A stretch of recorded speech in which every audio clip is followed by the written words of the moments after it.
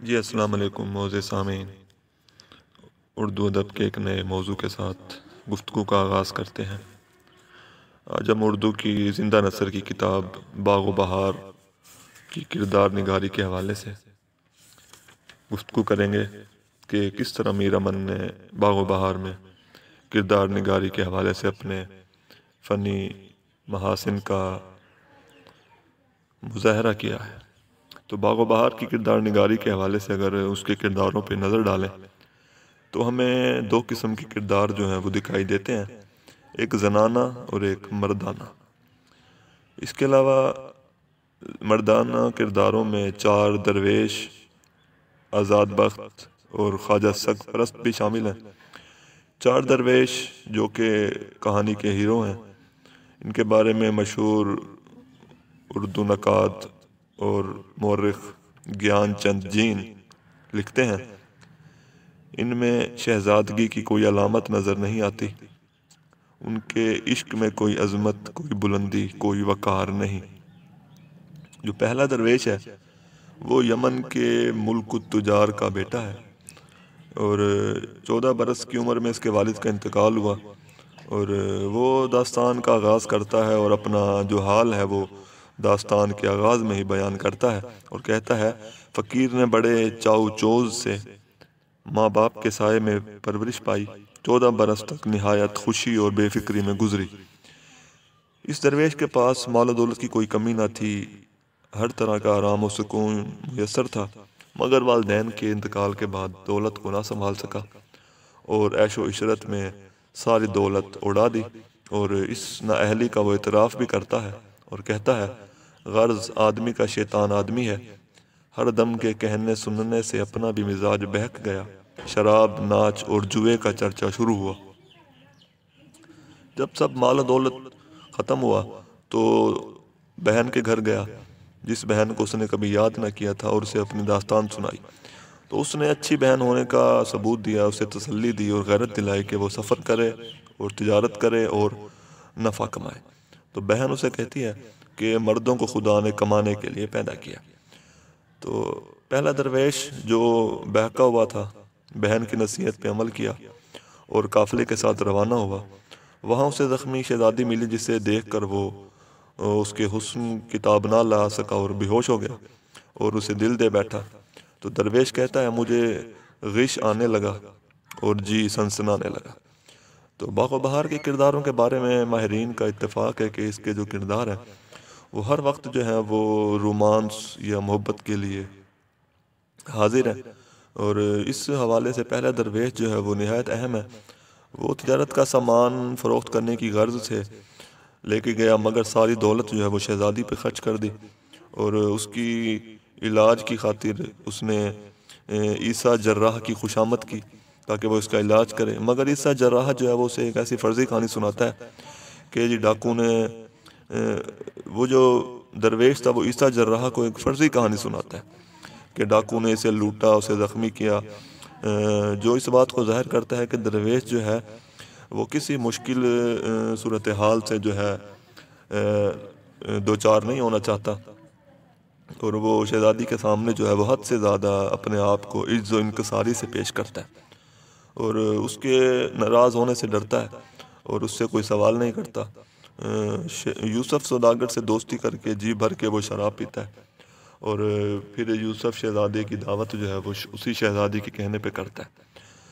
تو ہر چیز سے وہ بیگانہ ہو کے شراب پیتا ہے، جس کی وجہ سے شہزادی بالآخر اسے ناراض ہو کر چلی جاتی ہے۔ جب اس شہزادے کو ہوش آتا ہے تو یوسف سوداگر اور اس کی جو معشوقہ تھی اس کی لاش نظر آتی ہے، مگر وہ شہزادی جو تھی وہ غائب تھی۔ تو شہزادے میں ہمیں جو ایک مردانہ وقار وجاہت ہوتی ہے وہ نظر نہیں آتی۔ وہ آخر ایک خواجہ سیرا کی خوشامد کرتا ہے اور اس سے شہزادی کا حال اور پتہ معلوم کرتا ہے، مگر وہ شہزادی جو ہے اسے ملنے سے انکار کرتی ہے، اسے دھتکارتی ہے،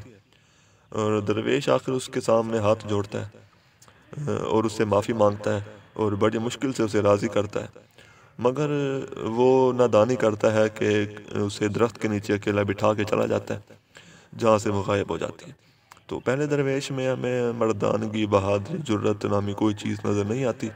یہ ایک بے جان، بودا اور مجہول سا کردار ہے جو کہ عجز و انکساری کا پیکر ہے، فرما برداری اور خوشامد کا نمونہ ہے، مگر اس کے اندر وقار، انا پسندی اور خودداری جو ہے وہ نہیں ہے۔ اس کے علاوہ وہ بیوقوف، بے تدبیر اور خودکشی کا ارادہ بھی کرتا ہے۔ تو اس کے علاوہ اگر ہم دوسرے کردار کو دیکھیں تو یہ فارس کے بادشاہ کا اکلوتا بیٹا ہے۔ یہ بھی اپنی کہانی کا آغاز کرتا ہے اور اپنا حال جو ہے وہ بیان کرتا ہے اور کہتا ہے کہ کس طرح اس کے باپ بادشاہ نے اس کی تعلیم و تربیت میں کوئی کمی نہ کی۔ تو دوسرا درویش کہتا ہے، خدا کے فضل سے 14 سال کے سینوں سال میں سب علم سے ماہر ہوا۔ تو اس جو شہزادہ ہے اس کو کہانی کا سننے کا بڑا شوق ہے، تو وہ حاتم طائی کی کہانی سنتا ہے، اس کی سخاوت سے متاثر ہوتا ہے اور اسی طرح سخی بن کے خدمت کرنا چاہتا ہے، اور کہتا ہے آدمی جو کچھ دنیا میں دیتا ہے اس کا عوض عاقبت میں لیتا ہے۔ تو حاتم طائی جو ہے وہ اپنے سخاوت کی بنا پہ اس 14 سال کے شہزادے کا آئیڈیل اور ہیرو بن جاتا ہے، کیونکہ یہ شہزادہ جو ہے ایک مذہبی ذہن کا ہے، اس لیے جو سخاوت ہے وہ اس کے نزدیک روحانی طور پہ اور نیکیوں کے لحاظ سے بھی ایک ترقی کا ایک بڑا ذریعہ ہے، مگر وہ ایک فقیر کو لالچی کہہ دیتا ہے، جس سے ہمیں نظر آتا ہے کہ اس کی طبیعت کے اندر جو ہے وہ ایک تضاد بھی ہے۔ جب فقیر سے وہ ایک سنتا ہے کہ بصرے کی ایک شہزادی ہے جو کہ بہت زیادہ سخی ہے، تو وہ شہزادہ جو ہے اس اندیکھی شہزادی کی تلاش میں نکل کھڑا ہوتا ہے اور اس سے ملنے کی کوشش کرتا ہے اور اسے ایک رکہ لکھ کے دیتا ہے اور اس رکے میں اس کی خوشامد کرتا ہے، جس سے اس شہزادے کا خوش آمدی ہونا بھی ظاہر ہے۔ مثلاً وہ رکے میں لکھتا ہے، جیسی خوبیاں اور نیک نامیاں ملکہ کی سن کر مشتاق دیکھنے کا ہوا تھا، اس سے 4 چند پایا۔ میں دنیا کے مال کا محتاج نہیں، اپنے ملک کا میں بھی بادشاہ ہوں، فقط یہاں تک آنا اور مشقت اٹھانا آپ کے اشتیاق کے سبب ہوا۔ تو باغ و بہار کا یہ جو کردار ہے یہ بھی بڑا حسن پرست اور ہر وقت رومانس کی تلاش میں سرکردہ ہے۔ یہ اگرچہ ملکہ کی تلاش میں نکلا تھا، مگر یہ بھی دیگر کرداروں کی طرح ملکہ کو دیکھ کے اور دربار میں موجود جو پری پیکر چہرے تھے، خوبصورت جو عورتیں تھیں، ان کو دیکھ کے اس کا بھی جو ہے وہ جی مچلنے لگا، اور اس وقت احساسات کیا تھے اس کی زبانی ملاحظہ کیجئے، پانوں 100 من کے ہو گئے، جس کو دیکھوں پھر یہ نہ جی چاہے کہ آگے جاؤں۔ تو شہزادہ جو ہے دوسرا شہزادہ وہ قدر بہادر بھی ہے اور عالی ہمت اور ایک بے باک اور نڈر قسم کا شہزادہ ہے۔ شہزادی کی خاطر وہ اس کی تمام شرائط مانتا ہے، اور پھر وہ شہزادہ جو ہے وہ نیم روز کی اصلیت اور اس کا راز جو ہے وہ جاننے کے لیے چل پڑتا ہے۔ شہزادہ جو اپنی جان کی فکر نہیں کرتا اور نیم روز کا پیچھا کرتے کرتے آخر اس کی کہانی جو ہے وہ معلوم کرتا ہے، مگر اس کی دردناک کہانی سن کے اتنا متاثر ہوتا ہے کہ وہ اپنا غم دکھ بھول جاتا ہے اور اس کے دل میں جو ہے وہ نیمروز کے لیے ہمدردی اور محبت کی ایک لہر اٹھتی ہے، اور وہ شہزادہ جو ہے وہ نیمروز کی مشکل حل کرنے کے لیے پھر اس کی مدد کے لیے چلا جاتا ہے، جس سے ہمیں اس شہزادے کے اندر جو ہے وہ ایک استقامت نظر آتی ہے، اور اس کے علاوہ ہمیں لگتا ہے کہ یہ شہزادہ بڑا بہادر، نڈر، مہم جو اور تجسس پسند بھی ہے۔ اس کے علاوہ تیسرا جو درویش ہے وہ عجم کے بادشاہ کا بیٹا ہے، اور یہ بھی اپنے ماں باپ کی اکلوتی اولاد تھا، مگر عشق کا یہ بھی شکار ہوا، اور شکار کرنا یہ پسند کرتا تھا، سارے دن شکار کھیلتا تھا۔ ایک مرتبہ ہرن کو دیکھ کے اس نے اپنے مصاحبوں کو روکا کہ اس کا شکار میں اکیلے کروں گا، کوئی میرے پیچھے نہ آئے، اور اسے ہرن کو زندہ پکڑوں گا۔ تو اس سے ظاہر ہوتا ہے کہ جو تیسرا درویش ہے یہ بڑا بہادر اور مہم جو قسم کا انسان ہے، تو کہتا ہے کہ خبردار، تم قدم آگے نہ بڑھائیو اور میرے پیچھے نہ آئیو۔ تو اس شہزادے نے ہرن کی تلاش میں اس کا پیچھا کیا، اور آخرکار وہ ایک ایسی جگہ پہنچ گیا جہاں پہ ایک برج تھا، جہاں پہ کچھ عجیب و غریب منظر تھا، ایک سفید بوڑھا جس کی ایک سفید ریش بوڑھا ہے، اور ایک عورت کے قدموں میں جو ہے اس میں پاؤں رکھے ہوئے ہیں، اور رو رہا ہے۔ تو اس منظر کو میر امن نے بیان کیا ہے کہ وہ پری زاد عورت برس 1401 کی مہتاب کی سی صورت، وہ بزرگ اپنا سر اس کے پانوں میں دھرے بے اختیار رو رہا ہے اور ہوش و حواس کھو رہا ہے۔ دوسرے شہزادوں کی طرح یہ شہزادہ بھی حسن کی تاب نہیں لا سکتا، بے ہوش ہو جاتا ہے۔ تو میر امن کہتے ہیں اس نازنین کا حسن و جمال دیکھ کر مرجھا گیا اور مردے کی طرح بے جان ہو کر گر پڑا۔ یہ درویش بھی متجسس قسم کا ہے، تجسس پسند ہے اور مہم جو ہے وہ اس بوڑھے کو ڈرا دھمکا کے جو ہے وہ اس سارے قصے کا راز معلوم کرتا ہے اور شہزادی کو وہاں سے نکالنے کے حوالے سے کام کرتا ہے۔ اگرچہ وہ شہزادی کی خاطر بڑی مشکلات جو ہے وہ جھیلتا ہے، مگر جب شہزادی ڈوبنے لگتی ہے تو وہ کھڑا تماشا دیکھتا رہتا ہے اور آخر میں وہ خودکشی کرنے کی کوشش بھی کرتا ہے۔ تو یہ شہزادہ بھی ہمیں خوش آمدی ہونے کے ساتھ ساتھ ذہین اور جرأت مند بھی نظر آتا ہے، مگر یہ بھی جو ہے وہ عشق کے میدان کا جو ہے ہمیں ایک مکمل اور کامل جو ہے شخص نظر نہیں آتا۔ بقول مشہور نقاد زہرا معین کے اس کا کردار کمزور ہے، بے جان اور ڈھیلا ہے۔ چوتھے کردار کی بات کریں تو یہ چین کے بادشاہ کا بیٹا ہے۔ اس کی تربیت بھی دیگر درویشوں کی طرح بڑی ناز و نعمت سے ہوئی۔ یہ بھی 14 سال کی عمر تک خواصوں اور بیگمات کے سائے میں پروان چڑھا۔ اسی وجہ سے اس کے اندر جو ہے وہ مردانہ اوصاف کی نسبت جو ہے وہ نسوانی خوبیاں جو تھیں وہ زیادہ تھیں۔ شہزادے کی طبیعت میں ہمیں عورتوں کی طرح رنگین مزاجی نظر آتی ہے۔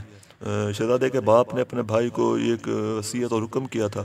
کہ وہ اپنی بیٹی کا نکاح جو ہے وہ اس شہزادے سے کرے اور سلطنت اس کے حوالے کر دے۔ تو شہزادہ بھی روشن اختر جو کہ اس کے چچا کی بیٹی تھی اور سلطنت اس کا انتظار کرتا رہا اور سلطنت کا انتظار کرتا رہا اور دل میں خوش ہوتا رہا۔ سنیے میر امن کہتے ہیں کہ چچا کی بیٹی سے شادی کی خبر سن کر شاد تھا۔ شہزادہ ہونے کے باوجود وہ بچوں کی طرح ہمیں روتا ہوا بھی نظر آتا ہے اور اپنے ایک غلام مبارک حبشی کے پاس چلا جاتا ہے اور درویش اسے کہتا ہے ایک ادنا سہیلی نے بے گناہ میرے تئیں ایسا تماچا کھینچ کر مارا، میں روتا ہوا مبارک کے پاس گیا۔ یعنی وہ شہزادہ ہونے کے باوجود محل میں موجود جو بیگمات تھیں یا خادمائیں تھیں ان سے وہ مار کھاتا رہا اور رونے کے بعد وہ مبارک غلام کے پاس جاتا رہا۔ تو شہزادہ جو ہے وہ مبارک کے ساتھ چچا کے پاس گیا کہ شاید اسے حق ملے، مگر اس نے انکار کر دیا اور وصیت ماننے سے انکار کر دیا۔ تو شہزادہ خود ہمیں نظر آتا ہے کہ کوئی عمل کرنے کے قابل نہیں ہے، وہ ہر کام مبارک کے بھروسے پہ کرتا ہے اور صرف اسے ہی اپنا ایک قابل اعتماد دوست اور نمک حلال اور خیر خواہ سمجھتا ہے۔ مگر جب وہ مبارک جو ہے وہ بادشاہ کا خزانہ دکھانے کے لیے زمین کھودتا ہے تو یہ درویش سمجھتا ہے کہ شاید یہ مجھے دبانے کے لیے کھود رہا ہے۔ تو میر امن کہتے ہیں اس وقت درویش کی کیفیت کیا تھی؟ میں اپنے دل میں مقرر یہ سمجھا کہ میرے ذبح کرنے اور گاڑ دینے کو یہ گڑھا اس نے کھودا ہے، موت آنکھوں کے آگے پھر گئی۔ تو شہزادہ بڑا بزدل ہے، اسے کسی پر اعتماد نہیں، اپنے ذات پہ اعتماد نہیں اور بعض اوقات وہ اپنے قابل اعتماد دوست اور غلام مبارک حبشی پہ بھی شک کرتا ہے۔ تو یہ چیز ہمیں نظر بتاتی ہے کہ یہ اخلاقی پستی کا شکار ہے اور دیگر شہزادوں کی طرح حسن پرست بھی ہے اور اپنی تصویر دیکھ کر ہی اس کی حالت جو ہے شہزادوں کی دوسری عورتوں کی تصویر دیکھ کر ہی وہ جو ہے اپنا دل دے بیٹھتا ہے۔ مثلا میر امن کہتے ہیں ایک تصویر نظر پڑی کہ غش سا آنے لگا۔ تو ایک عجیب و غریب شہر میں اس نے ایک ہندوستانی فقیر کی بیٹی کو دیکھا جو ہو بہو جیسی تھی جیسا اس نے تصویر میں دیکھا تھا۔ تو شہزادہ جو ہے وہ تصویر دیکھ کے غش کھانے لگا تھا اور جب حقیقت میں دیکھا تو ایک نعرہ دل سے نکلا اور بے ہوش ہوا۔ تو شہزادہ بہت زیادہ خوش آمد کر کے وہ محجبین جو تصویر میں تھی اس کو حاصل کر لیتا ہے اور اس سے اپنی خواہش پوری کرنا چاہتا ہے، مگر مبارک حبشی کے سمجھانے پہ وہ رک جاتا ہے، مگر اپنی بیوقوفی اور نادانی سے اپنے باپ کے مخلص دوست ملک صادق سے بھی جنگ کرنے کے لیے تیار ہو جاتا ہے۔ تو غرض اس شہزادے میں بھی ہمیں مردانہ اوصاف، وقار اور جرت بے باکی نظر نہیں آتی۔ ہر وقت یہ مبارک پہ اعتماد کرتا ہے اور یوں لگتا ہے کہ جیسے اس کی جو کل کائنات ہے اور اس کی جو عقل ہے وہ صرف مبارک ہے۔ اس کے علاوہ آزاد بخت جو کہ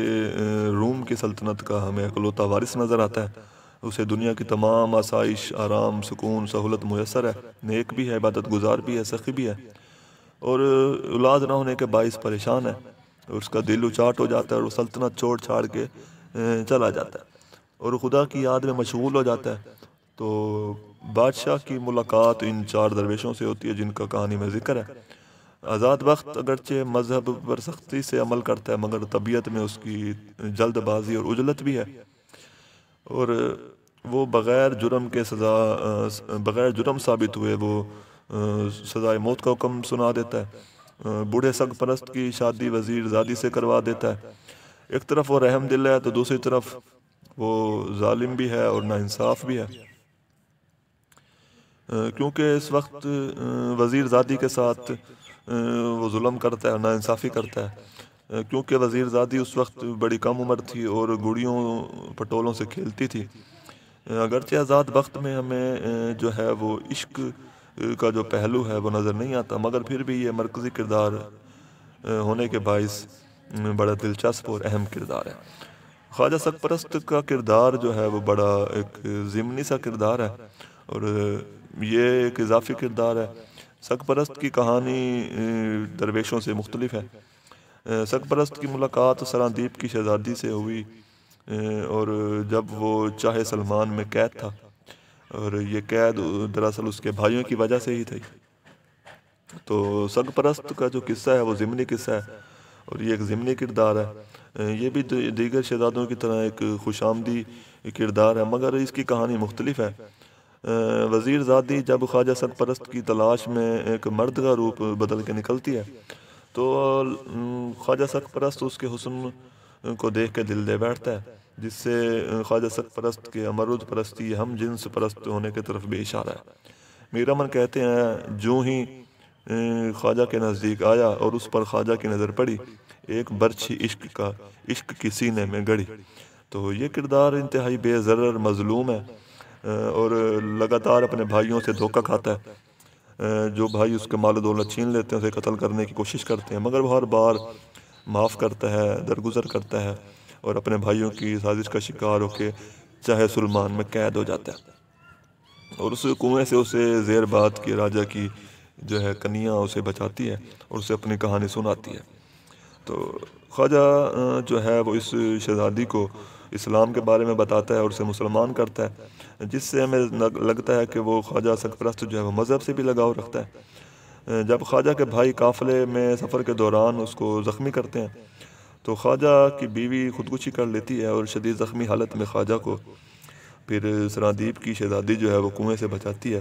تو خواجہ اسے مسلمان کرتا ہے۔ تو یہ کردار جو بڑا عجیب ہے اور بار بار دھوکہ کھاتا ہے، بے ضرر اور شریف ہے۔ اس میں عقل نام کی کوئی چیز نہیں ہے، نہ وہ دنیا دار قسم کا انسان ہے، مگر اپنے بھائیوں سے شدید محبت کرتا ہے، اور لیکن وہ جب انتقام لیتا ہے تو وہ انتقام بھی بڑا شدید ہوتا ہے۔ زیر باد اور سراندیپ کی شہزادی کے سامنے وہ خوشامد کرتا ہے،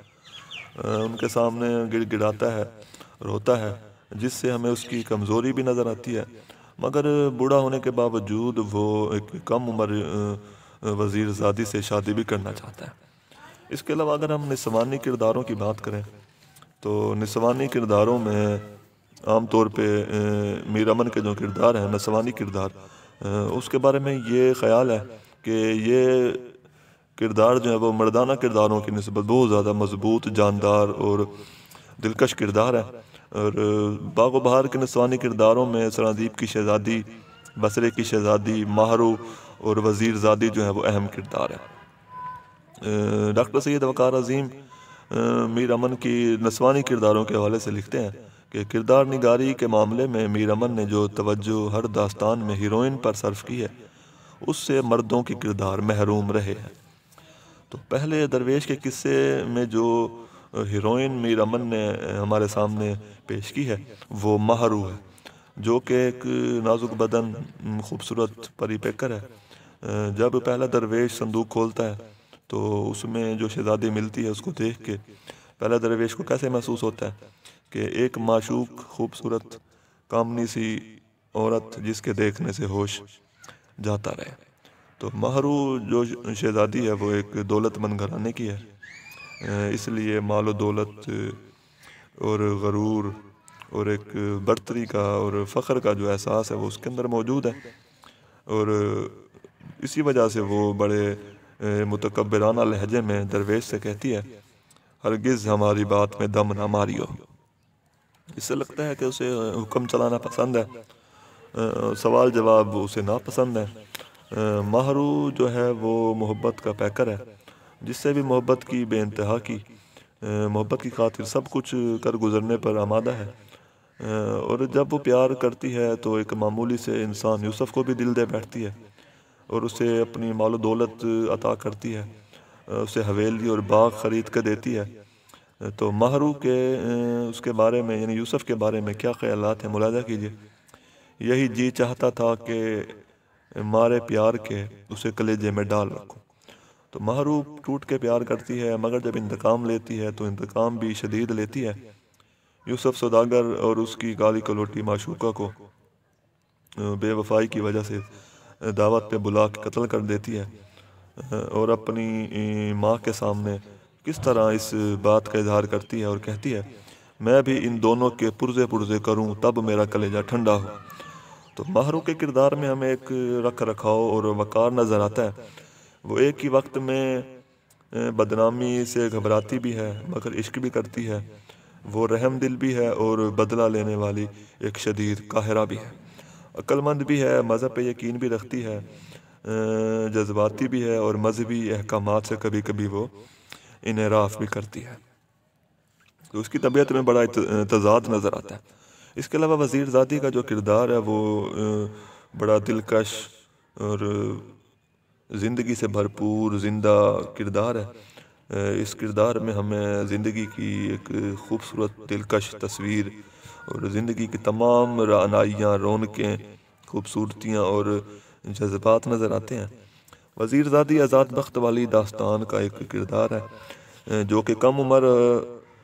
ہونے کے باوجود نہایت عقل مند ہے، باتیں کرنے کی ماہر ہے،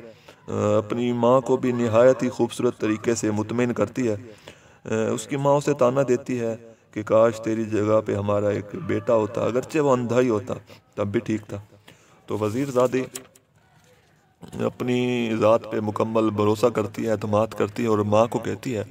کہ اندھا بیٹا تمہارے کس کام آتا، جو کچھ بیٹا کر سکتا ہے میں بھی کر سکتی ہوں۔ تو یہ جو وزیر زادی ہے یہ بڑی میں زیر ایک عقل مند، دانا اور دانشور نظر آتی ہے۔ باپ کی محبت میں وہ خواجہ کی تلاش میں یعنی خواجہ سگ پرست کی تلاش میں نکلتی ہے اور بڑی مہارت اور عقل مندی کا ثبوت دیتی ہے، مردانہ لباس پہن کے اپنا نام بدل کے سوداگر بچہ رکھ لیتی ہے اور خواجہ سگ پرست کے ہاں چند دن آرام کرتی ہے، قیام کرتی ہے اور اسے واپس لانے پر آمادہ کرتی ہے، مگر اسے ایک ڈر اور خوف بھی ہے۔ سید وقار عظیم اس موقع پہ کہتے ہیں نازک موقع وہ ہے جب وزیر زادی اپنے گھر جانے کا قصد کرتی ہے، یہ بات خواجہ سے کہنے میں یہ اندیشہ ہے کہ کہیں وہ سچ مچ جانے کی اجازت نہ دے دے۔ تو یہ جو وزیر زادی کا کردار ہے یہ ایک مکمل مشرقی کردار ہے کہ یہ ماں باپ کی عزت کا خیال بھی رکھتی ہے، بڑے بوڑھوں کا حکم بھی مانتی ہے،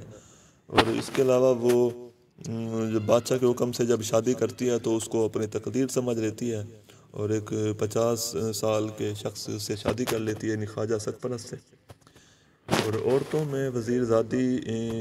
جو ہے وہ ایک ایسے کردار کے روپ میں سامنے آتی ہے جو ایک مثالی کردار ہے جو کہ قربانی اور محبت کا پیکر ہے، اور اس حوالے سے اس کردار کا ہم کوئی اور ثانی تلاش نہیں کر سکے۔ اس کے علاوہ سرادیپ کی جو شہزادی ہے اس کا کردار بھی ایک اہم کردار ہے اور یہ کردار جو ہے وہ سرادیپ کی شہزادی کا کردار خواجہ سرپرست والی داستان کا ایک اہم کردار ہے۔ اس کردار میں ہندوستانی تہذیب کی جھلکیاں اور نسوانیت موجود ہے۔ مہرو اور وزیر زادی تو اگرچہ شروع سے مسلمان تھے، اس لیے میر امن نے وہاں پہ بڑی پردہ داری کا کام لیا، مگر جب انہوں نے سرادیپ کی شہزادی کی جو ہے وہ منظر کشی کی، اس کو دکھانے کی کوشش کی، تو اس کردار میں انہوں نے آزادی جو ہے وہ دکھائی اور ایک آزاد تصویر دکھائی۔ جب خواجہ جو ہے وہ اپنے بھائیوں کے دھوکے کی وجہ سے زخمی ہو جاتا ہے اور کنویں میں چلا جاتا ہے، تو وہ ولایت سرادیپ کی سرحد پہ پڑا ہوتا ہے۔ تو اس واقعے کو میر امن بیان کرتے ہیں۔ وہاں کے بادشاہ کی ایک بیٹی تھی جو نہایت خوبصورت اور صاحب جمال،